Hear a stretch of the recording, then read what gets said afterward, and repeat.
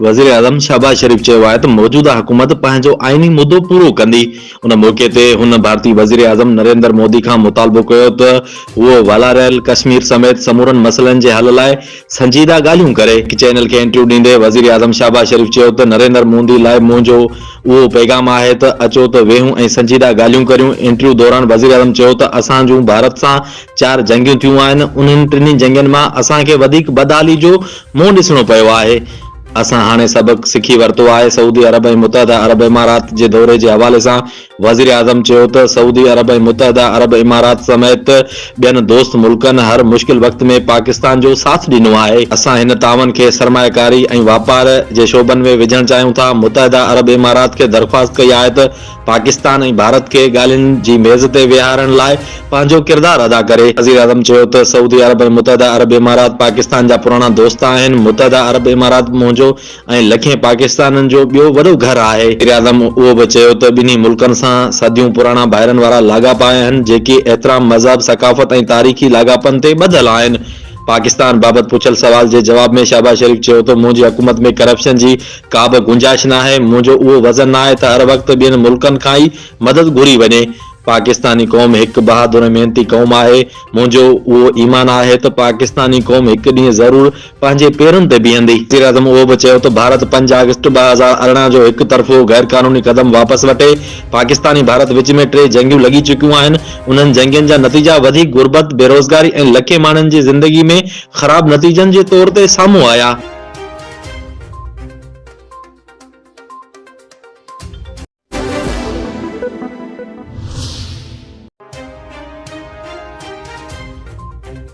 Election commission of Pakistan Imran Khan, Asad Umar ऐं फवाद चौधरी खिलाफ़ तौहीन election commission case जो फ़ैसिलो महफ़ूज़ करे छॾियो।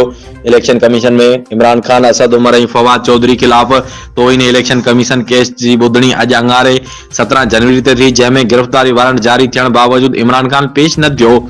इलेक्शन कमीशन बलोचिस्तान जे मेंबर पुछाणो कयो त इमरान खान, असद उमर ऐं फवाद चौधरी किथे आहिनि। KPK जे मेंबर चयो त हाई कोर्ट सिर्फ़ गिरफ़्तारी वारंट मुअतल कया आहिनि, पेश थियण खां नाहे रोकियो। हाज़िरी खां छूट जी दरख़्वास्त बि दाख़िल नाहे कई वई। इलेक्शन कमीशन चयो त जेकॾहिं धुरियूं पेश न थियूं त असां आर्डर जारी कंदासीं। PTI जे जूनियर वकील पंहिंजे मौक़िफ़ में चयो त सीनियर काउंसिल मौजूदु न आहे, उन लाइ पेश नथा थी सघनि। मददगार वकील चयो त फैसल चौधरी ऐं ॿिया वकील लतीफ़ आफ़रीदी जे जनाज़े में वियल आहिनि। इलेक्शन कमीशन जे मेंबर चयो त धुरियूं जेकॾहिं पेश न थियूं त असां वकीलनि जा वकालतनामा रद्द कंदासीं। धुरियुनि खे हाज़िरी जे लाइ आख़िरी मौक़ो ॾियूं था, जंहिंखां पोइ इलेक्शन कमीशन केस जो फ़ैसिलो महफ़ूज़ कंदे ॿुधणी 24 जनवरी ताईं मुअतल करे छॾी।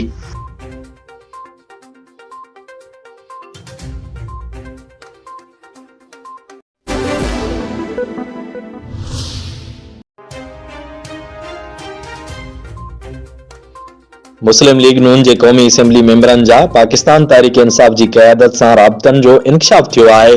ज़रीअनि मूजिब तहरीक इंसाफ़ चेयरमैन इमरान खान पार्टी क़यादत खे राब्ता कंदड़ मुस्लिम लीग नून जे क़ौमी असेंबली मेंबरनि बाबति बाक़ाइदा पॉलिसी ॾेई छॾी आहे, जंहिंमें हिदायत कई वई आहे त मुस्लिम लीग नून जे सदर उन क़ौमी असेंबली मेंबरनि सां टिकट जी हामी भरी वञे जंहिंखे असां एडजस्ट करे सघूं था। PTI चेयरमैन पार्टी अॻवाननि खे हिदायत कंदी त अहिड़ा लीगी असेंबली मेंबर जंहिंखे असां टिकट जे लाइ एडजस्ट नथा करे सघूं, उन्हनि सां को बि ग़लति वाइदो न कयो वञे। PTI अॻवाननि तरफ़ां चेयरमैन इमरान खान खे ब्रीफिंग में ॿुधायो वियो आहे त मुस्लिम लीग नून जे राब्ता कंदड़ क़ौमी असेंबली मेंबरनि जो अंग तक़रीबन 15 आहे। उन सिलसिले में दावा कई वई आहे त उहे लीगी मेंबर एतमाद जे वोट में गैर हाज़िर हूंदा या असांजे हिदायतनि मूजिब हलंदा। तहरीक इंसाफ़ जे अॻवाननि ब्रीफिंग में दावा कई आहे त एतमाद जे वोट जे मामले ते मुस्लिम लीग नून जा राब्ता कंदड़ क़ौमी असेंबली मेंबर PTI क़यादत सां पंहिंजी कमिटमेंट पूरी कंदा।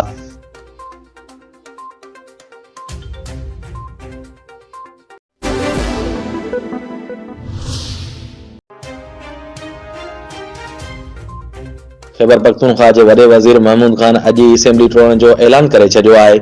सूबाई काबीना जे इजलास खे ख़िताब कंदे महमूद खान चयो त असेंबली टोड़ण वारी समरी अॼु ई गवर्नर ॾांहुं उमाणे छॾींदुसि। KPK जे वॾे वज़ीर महमूद खान जो वधीक चवणु हो त मुल्की मफ़ाद में अॼु ई असेंबली टोड़े छॾींदासीं। गुज़िरियल 4 साल इंतहाई सुठे नमूने सां गुज़रिया। हुन चयो त साकार करण ते हुकूमती तोड़े अपोज़िशन मेंबर्स ऐं ब्यूरोक्रेसी जो थोराइतो आहियां। आम चूंडुनि में 2/3 सां अक्सरियत सां खटे ॿीहर वापसि ईंदासीं। हुन चयो त साकार करण ते हुकूमती तोड़े अपोज़िशन मेंबर्स ऐं ब्यूरोक्रेसी जो थोराइतो आया। आम चूंडनि में 2/3 अक्सरियत सां खटे ॿीहर वापसि ईंदासीं।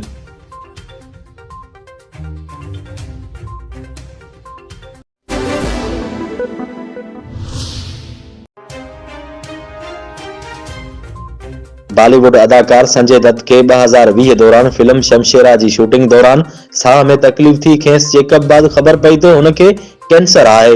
संजय दत्त एक तकरीब में ॻाल्हाईंदे चयो त जंहिं वक़्तु मूंखे डॉक्टर कैंसर बाबति आगाह कयो त उन वक़्तु को बि घरभाती मूंसां गॾु न हो त मां सोचियो त इलाज कराइण बदिरां मरी वञा। उन खां पोइ मुंहिंजी भेण ऐं घरवारी मुनाया दत्ता पातियूं ऐं मुंहिंजी घरवारी घणो मायूस थी वई। खां पोइ मूं हिमत कई। संजय दत्त जो चवणु हो त 1981 में माउ नरगिस दत्त कैंसर सबबि फौत थी वई हुई ऐं संदसि पहिरीं घरवारी रीचा शर्मा 1996 ईस्वीअ में कैंसर सबबि फौत थी वई हुई। उन लाइ मूंखे तकलीफ़ ऐं मौत जो अहसासु हो ऐं मां इलाज बदिरां मौत खे तरजीह ॾिनी हुई।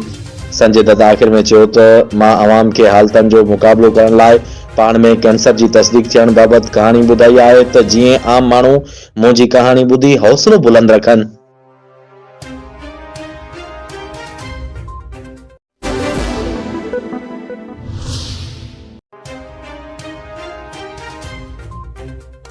पाकिस्तान पीपल्स पार्टी जे चेयरमैन ऐं परॾेही वज़ीर बिलावल भुट्टो ज़रदारी चयो आहे त कराची ऐं हैदराबाद जी अवाम नफ़रत जी सियासत कंदड़नि खे रद्द करे छॾियो आहे। मकानी चूंडनि जे नतीजनि ते जारी कयल पंहिंजे हिकु बयान में परॾेही वज़ीर बिलावल भुट्टो ज़रदारी चयो त साबित थी वियो आहे त पीपी सिंध जे शहरी ऐं ॿाहिराड़ी वारनि इलाइक़नि जी वॾी पार्टी आहे। हुन चयो त कराची ऐं हैदराबाद जी अवाम जो तोराइतो आहियां जंहिं पीपी उम्मीदवारनि खे वोट ॾेई चूंड कयो। पीपल्स पार्टी वफ़ाक़ जी ज़ंजीर आहे। कराची मां पीपी जी सोभ पूरे मुल्क जी फतेह आहे। समूरियुनि सियासी पार्टियुनि सां मिली कमु करणु अवाम जी खुशहाली जो सबबु बणिजंदो। पीपी चेयरमैन बिलावल भुट्टो वधीक चयो त अवाम पीपल्स पार्टी उम्मीदवार खे चूंड करे सिंध हुकूमत जी कारकर्दगीअ ते एतमाद जो इज़हार कयो आहे। कराची ऐं हैदराबाद जी अवाम नफ़रत जी सियासत कंदड़नि खे रद्द करे छॾियो आहे।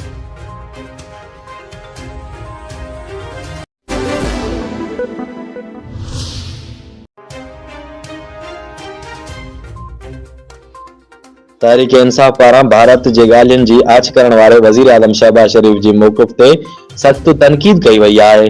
पीटीआई अॻुवान फवाद चौधरी पंहिंजे ट्वीट में चयो आहे त शहबाज शरीफ़ जे बयान ते सदमो पातो आहे। असांजो मौक़िफ़ आहे त मोदी सरकार कश्मीर बाबति अख़्तियार कयल पंहिंजे गैरआइनी मौक़िफ़ तां हथ खणे उन खां पोइ ई भारत सां ॻाल्हियूं थी सघनि थियूं। फवाद चौधरी जो चवणु हो त भारत खां ॻाल्हियुनि जी ख़ैरात घुरणु पाकिस्तान जी पॉलिसी न आहे। असां शहबाज शरीफ़ जी सोच खे रद्द करियूं था ऐं खेसि कश्मीर खपाइण जी इजाज़त न ॾींदासीं।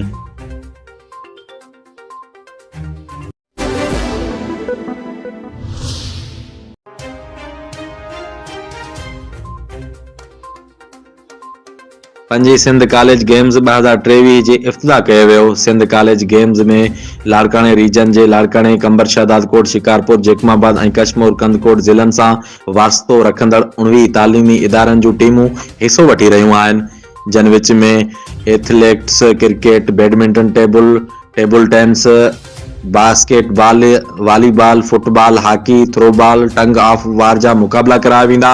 इफ़्तिताह बाद शागिर्दनि विच में टंग ऑफ वार जा मुक़ाबला थिया जंहिंमें गवर्नमेंट कॉलेज कनकोट जी team government college Garhi Hasan जी टीम खे 2.0 तां शिकस्त ॾेई कामयाबी माणी। ॿिए राउंड मैचनि जे प्री क्वार्टर ऐं क्वार्टर फाइनल मुक़ाबलनि खां पोइ government college Madeji, government college Kashmore, government college Mirokhan ऐं गवर्नमेंट कॉलेज नसीराबाद सेमीफाइनल लाइ क्वालिफाई करे वरितो।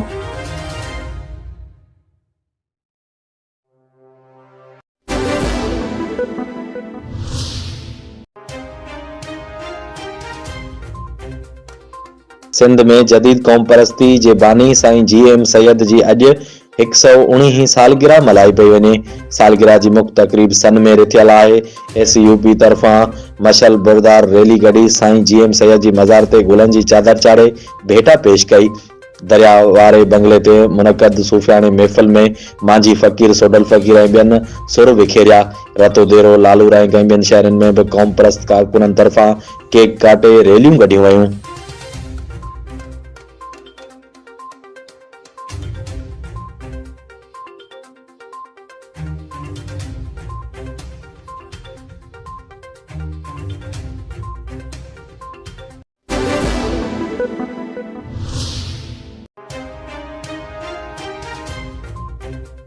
पेट्रोलियम बाबत ममलिकती वज़ीर मुसादिक मलिक चयो आहे त गैस जूं क़ीमतूं न वधाइण सां क़ौमी नाणे ते भार पइजी रहियो आहे।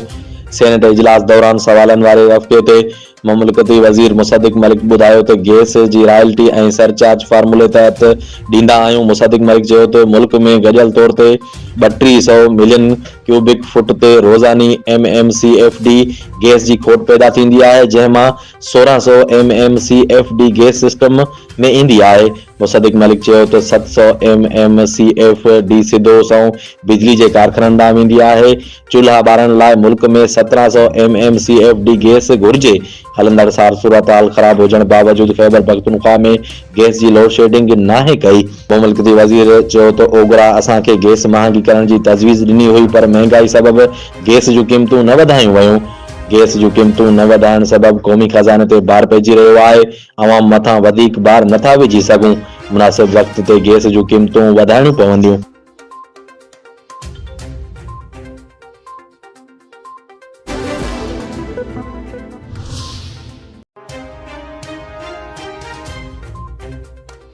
मौसमियात खाते अरबा ऐं ख़मीस ते बलूचिस्तान में बरसात ऐं बर्फ़बारी, जॾहिं त सिंध जे मुख़्तलिफ़ शहरनि में बि बरसात जी अॻकथी करे छॾी आहे। मौसमियात खाते मूजिबि मग़रबी हवाऊं उत्तर बलूचिस्तान में 18 जनवरी ते दाख़िल थी रहियूं आहिनि। 19 जनवरी ते बलूचिस्तान जे मुख़्तलिफ़ इलाइक़नि में बरसात ऐं बर्फ़बारी जो इम्कान आहे। कोटिया, ज़ूब, बारखान, ज़ियारत, चमन, पशीन, नोकंडी, दालबदीन, हरनाई, किला सैफुल्ला में बरसात ऐं बर्फ़बारी जो इम्कान आहे। मौसमियात खाते मूजिबि कराची शहर में 21 ऐं 22 जनवरी तां थधि जी नई लहर दाख़िल थींदी, जेका ख़ुश्क मौसम जो सबबु बणिजंदी। नई लहर दौरान बरसात जो इम्कान न आहे, जॾहिं त जैकमाबाद, कंबर, शहदादकोट, कशमोर, लाड़काणो, सखर, घोटकी, खैरपुर, दादू, नौशेरो फिरोज में 18 ऐं 20 जनवरी ते हल्की बरसात जो इम्कान आहे। मौसमियात खाते मूजिबि सिंध जे मुख़्तलिफ़ शहरनि में थधि जी ताज़ी लहर 24 कलाकनि ताईं बरक़रार रही सघे थी, जॾहिं त सुभाणे खां थधि जी शिदत में घटिताई अचणु शुरू थी वेंदी।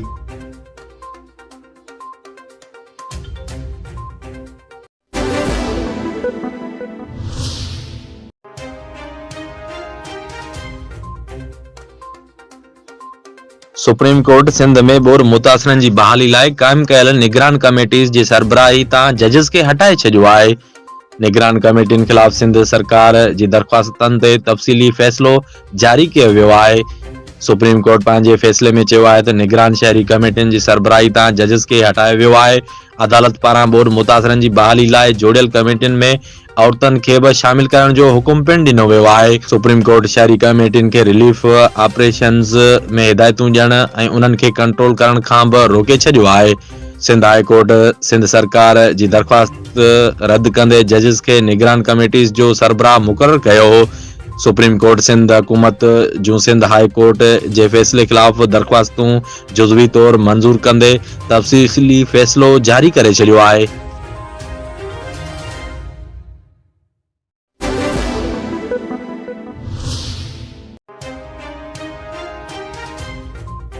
कराची जो मेयर कहिड़ी जमात जो थींदो? सियासी जमातनि लाइ विरहायल मैंडेट वॾो चैलेंज बणिजी वियो। पीपी अॻवान सईद गनी चयो आहे त असुली तौर ते कराची जो मेयर पीपल्स पार्टी जो हुजणु घुर्जे, जंहिं जे लाइ जमायत इस्लामी सां ॻाल्हाईंदासीं, छो त PTI उन जे लाइक़ नाहे जो उन सां ॻाल्हि कई वञे। निजी टीवी जे प्रोग्राम में ॻाल्हाईंदे सईद गनी चयो आहे त मुहिम हलाई पई वञे त पीपल्स पार्टी धांधली कई आहे, अव्हां वटि सबूत आहिनि त लाॻापियल फोरम ते वञो। हुन चयो त असां मलीर में 30 मां 20 सीटूं खटियूं आहिनि, कोरंगी में पीपल्स पार्टी 37 मां 5 सीटूं खटियूं आहिनि, सेंट्रल में एहतजाज थी रहियो आहे त जिते पीपल्स पार्टी 45 मां 5 सीटूं खटियूं, जेकॾहिं DRO ग़लति करे रहियो आहे त कोरंगी में असां 5 न 20 सीटूं हुजनि। हा, हुन चयो त पीपल्स पार्टी कराची जी सभ खां वॾी जमायत बणिजी आई आहे। असुली तौर ते कराचीअ जो मेयर बि पीपल्स पार्टी जो थियणु घुर्जे, जॾहिं त PTI तरफ़ां बरतरी न मिलण ते कराची में मेयर लाइ जमायत इस्लामी जी हिमायत जो ऐलान कयो वियो आहे। मकानी चूंडनि जा नतीजा रद्द कंदे chief election commissioner IG Sindh खां इस्तीफ़ा जो मुतालबो कयो वियो आहे। PTI अॻवान अली ज़ैदी चयो आहे त इलेक्शन कमीशन PDM जे 14 पार्टी आहे। कराची ऐं हैदराबाद में धांधली जा सबूत आहिनि, उहे अदालत में पेश कंदासीं। फिरदौस शमीम नकवी चयो आहे त PP खे सिंध दुश्मन पार्टी समझूं था। PTI खे लैंड न मिली त जमायत इस्लामी जी गैर मशरूत हिमायत कंदासीं।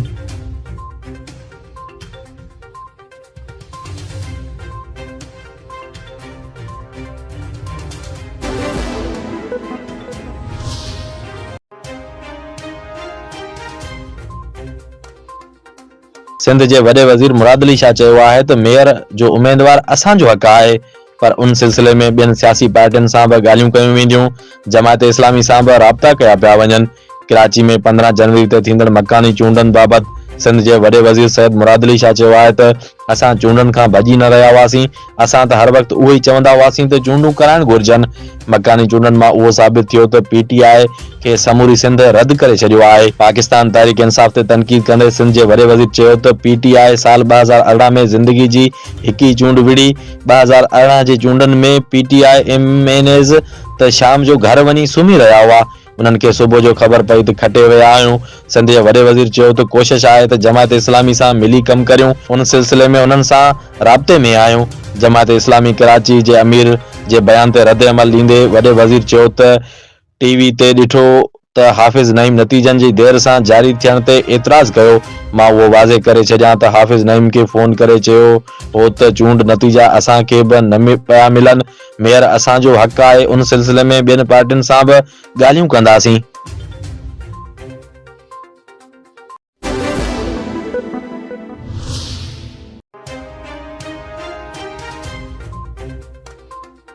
भारत जे 1% अशराफिया मुल्क जे 40% खां वधीक दौलत जो मालिक आहे, जॾहिं त ग़रीब वधीक गुर्बत जे धुबण में फासी रहिया आहिनि। बरतानवी इदारे ऑक्सफैम जी रिपोर्ट में ॿुधायो वियो आहे त भारत में जिते अमीर तरीन माण्हुनि में इज़ाफ़ो थी रहियो आहे, उते ग़रीब अवाम वधीक गुर्बत जो शिकार थी रहियो आहे। रिपोर्ट मुताबिक़ 2012 खां 2021 ताईं भारत में दौलत जी गैर मुनसिफ़ाणे विर्छ में तमामु घणो इज़ाफ़ो थियो। उन अरसे में मुल्क जे 40% खां वधीक दौलत रुगो 1% आबादी वटि हली वई आहे। 2021 में 40% खां वधीक मुल्की दौलत भारत जे 1% अशराफिया जी मिल्कियत रही। रिपोर्ट मुताबिक़ भारतीय अरबपति शहरनि जो अंग 166 ताईं पहुची वियो, जेको 2020 में 102 हो। ऑक्सफैम जो चवणु आहे त गुज़िरियल साल दुनिया जी चौथी ऐं भारत जे अमीर तरीन शख़्स गौतम अडाणी जी दौलत में 46% वाध थी, जॾहिं त भारत जे 100 अमीर तरीन माण्हुनि जी गॾियल दौलत $660 अरब ताईं पहुची वई। ऑक्सफैम भारत में मुआशी अणबराबरी खे मुंहुं ॾियण लाइ अमीर माण्हुनि ते वेल्थ टैक्स लॻाइण जो मुतालबो कयो आहे।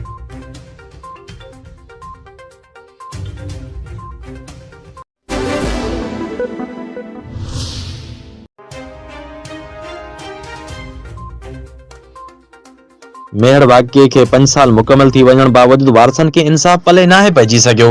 मक़तूलनि जी वारसॼाणी उमेर रुबाब चांडियो सरदारी निज़ाम ख़िलाफ़ जदोजहद जारी रखण जो ऐलान कंदे 17 जनवरी खे जागीरदाराना निज़ाम ख़िलाफ़ ॼाड़ो करे मल्हाइण जो ऐलान कयो आहे।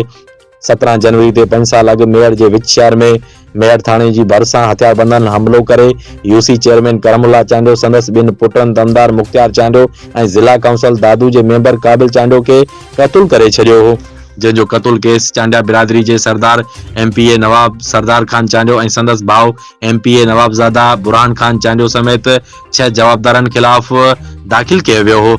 उन वक़्त जे SSP हैदराबाद ऐं मौजूदा DIG हैदराबाद सैयद पीर मोहम्मद शाह इंक्वायरी करे चांडिया नवाबनि जा नाला केस मां ख़ारिज करे छॾिया हुआ, जॾहिं त फरियादी धुर जी दरख़्वास्त ते हाई कोर्ट चांडिया नवाबनि खे केस में ज्वाइन करे छॾियो हो। मक़तूलनि जी वारसॼाणी उमेर रुबाब चांडियो ऐं सिविल सोसाइटी जे एहतजाजनि ऐं सुप्रीम कोर्ट ऑफ पाकिस्तान पारां 2 भेरा पाण मुरादो नोटिस वठण बाद सिंध पुलिस मुख़्तलिफ़ वक़्तनि ते कार्रवाइयूं करे जवाबदार मुर्तज़ा चांडियो, जवाबदार अली गौहर चांडियो, जवाबदार सिकंदर चांडियो, जवाबदार ज़ुल्फ़कार चांडियो खे गिरफ़्तार करे वरितो हो, जेको हिन वक़्त ताईं जेल में आहिनि। उन खां अलावा 1 महीनो अॻु ट्रायल कोर्ट उमेर रुबाब चांडियो जी दरख़्वास्त ते फरीदाबाद जे उन वक़्त जे SHO करीम चांडियो खे 3 मक़तूलनि जे क़तूल केस में जवाबदार तौरु शामिल कयो आहे।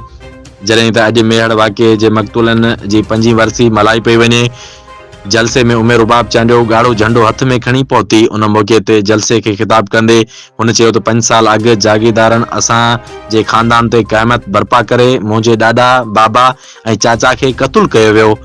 असां अॼोके ॼाड़े खे जागीरदारी निज़ाम ख़िलाफ़ ॼाड़ो करे मल्हायूं था।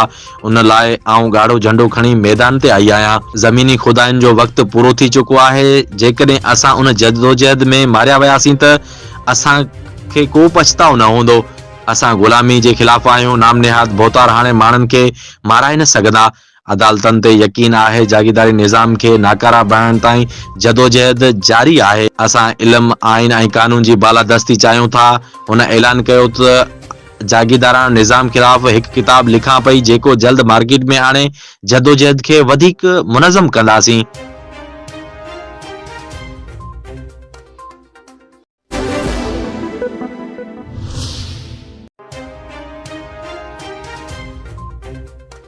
जामशोरो ज़िले जे तालके थाणो भूला खान जे मुख़्तलिफ़ पोलिंग स्टेशन्स ते धांधली जो इंकशाफ थियो आहे। पोलिंग स्टेशन्स तोड़े ॿिनि इलाइक़नि में बैलेट पेपर ते पीपल्स पार्टी जे उम्मीदवारनि खे वोट ॾियण जूं वीडियोज़ सोशल मीडिया ते वायरल थी वियूं आहिनि। टाउन कमेटी थाणो भूला खान, 7 यूनियन काउंसिल्स यूसी सरी, मोल, तोंग, शरीफ, थाणे आरब खान, मुंदर खान, बारेजो, धमाच ऐं थाणे अहमद खान जे मुख़्तलिफ़ पोलिंग स्टेशन ते पीपल्स पार्टी जे हामियुनि पारां जामशोरो इताद जे उम्मीदवारनि खे शिकस्त ॾियण लाइ बैलेट पेपरनि ते तीर ते ठपा हणी वीडियोज़ रिकॉर्ड करे पीपी उम्मीदवारनि खे वीडियो मोकिलियूं वयूं जेकी सोशल मीडिया ते वायरल थी वियूं आहिनि। वायरल थियल वीडियोज़ में अणॼातल माण्हू यूनियन काउंसिल मोल ते पीपी तरफ़ां चेयरमैन जे उम्मीदवार राशिद हमलानी ऐं वाइस चेयरमैन जे उम्मीदवार लेखराज जी चूंड निशान ते ठपा हणी रहिया आहिनि। ॼाणायल यूसी ते जामशोरो इताद पारां चेयरमैन लाइ ख़ैर मोहम्मद शाणो खे उम्मीदवार नामज़द कयो वियो हो। हिकु ॿी वीडियो में यूसी सरी ते पीपी तरफ़ां चेयरमैन जे उम्मीदवार मोहम्मद खान पालारी जी चूंड निशान ते ठपा हया पिया वञनि। संदसि मुक़ाबले में जामशोरो इताद तरफ़ां रईस अता मोहम्मद पालारी उम्मीदवार मैदान ते लथल हो। रीत सरी में ज़िले काउंसिल मेंबर जे उम्मीदवार पीपी जे मोहन लाल जी चूंड निशान ते ठपा हणण जूं वीडियोज़ बि सोशल मीडिया ते वायरल थी चुकियूं आहिनि। जंहिं पोलिंग ते संदसि मुक़ाबले में जामशोरो इताद पारां शाहबाज़ ख़ासकेली उम्मीदवार नामज़द थियल हो। जामशोरो इताद जे उम्मीदवारनि ख़ैर मोहम्मद शाणो, अता मोहम्मद पालारी ऐं शाहबाज़ ख़ासकेली जो चवणु आहे त तालके थाणे भूला खान ते आरओ माजिद खोखर ऐं असिस्टेंट कमिश्नर इक़बाल अहमद जी निगरानी में रिकॉर्ड धांधली थी आहे। पीपी उम्मीदवारनि जे हामियुनि खे अॻी हज़ारे बैलेट पेपर्स मिली चुका हुआ जिन पंहिंजे उम्मीदवारनि जे चूंड निशान ते ठपा हणी वोट पोलिंग स्टेशन ते पहुचाया विया। एडन वीडियोज़ जो इलेक्शन कमीशन नोटिस वठे।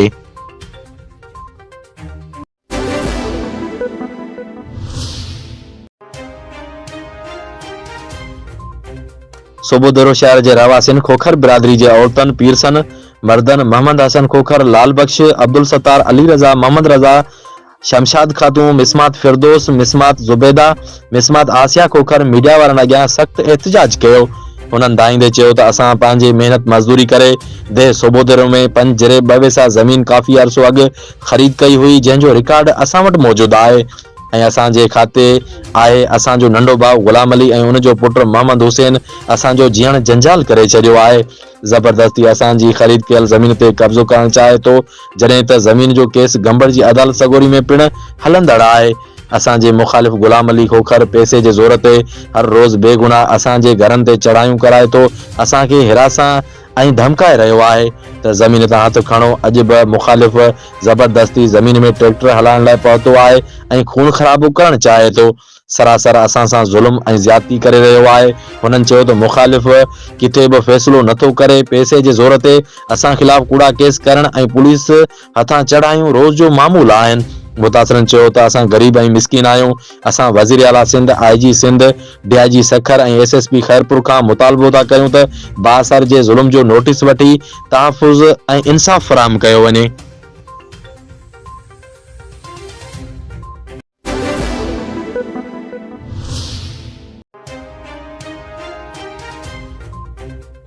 सोबोदेरो शहर जे रहवासियुनि गुलाम अली खोखर, मोहम्मद हुसैन खोखर प्रेस क्लब सोबोदेरो पहुची एहतिजाज कयो। उन्हनि दाईंदे चयो त असांजी ज़री ज़मीन देह सोबोदेरो में 1 जरे बि कुझु वेसा आहिनि जेका मुंहिंजे खाते आहे। उन ज़मीन ते मुंहिंजा वॾा भाइर लाल बख्श खोखर, मोहम्मद हसन, अब्दुल सत्तार खोखर नाजाइज़ तरीक़े सां गैर कानूनी कब्ज़ो करण जी कोशिश कनि पिया जॾहिं त मां फी सबीलिल्लाह पंहिंजूं 2 न्याणियूं भाउ लाल बख्श जे पुटनि अली मोहम्मद ऐं गुलाम मेहदी खे ॾिनियूं हुयूं। गुलाम मेहदी मुंहिंजी न्याणी खे केतिरा ई दफ़ा तशद्दुद करे घरां कढी छॾियो।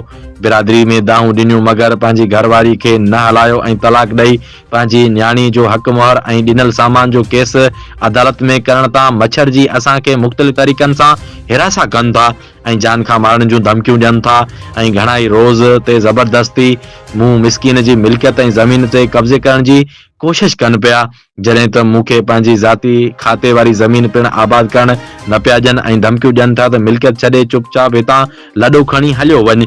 मुतासिर वधीक चयो त मां मिसकीन ऐं शरीफ़ माण्हू आहियां, कानून जो सहारो वरितो आहे, उन बावजूद ॿाहिरि नाहक ज़ुल्म ऐं ज़्यादती कनि पिया। हुन एसएसपी ख़ैरपुर ऐं ॿियनि आला अख़्तियारनि खां मुतालबो कयो त ॿाहिरनि जे ज़ुल्म जो नोटिस वठी इंसाफ़ फराहम कयो वञे।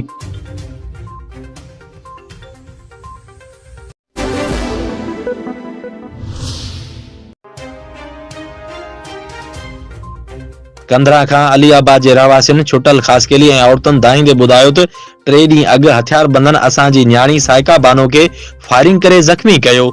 उल्टो पुलिस जवाबदारनि बजाए असांखे तंग करे रही आहे।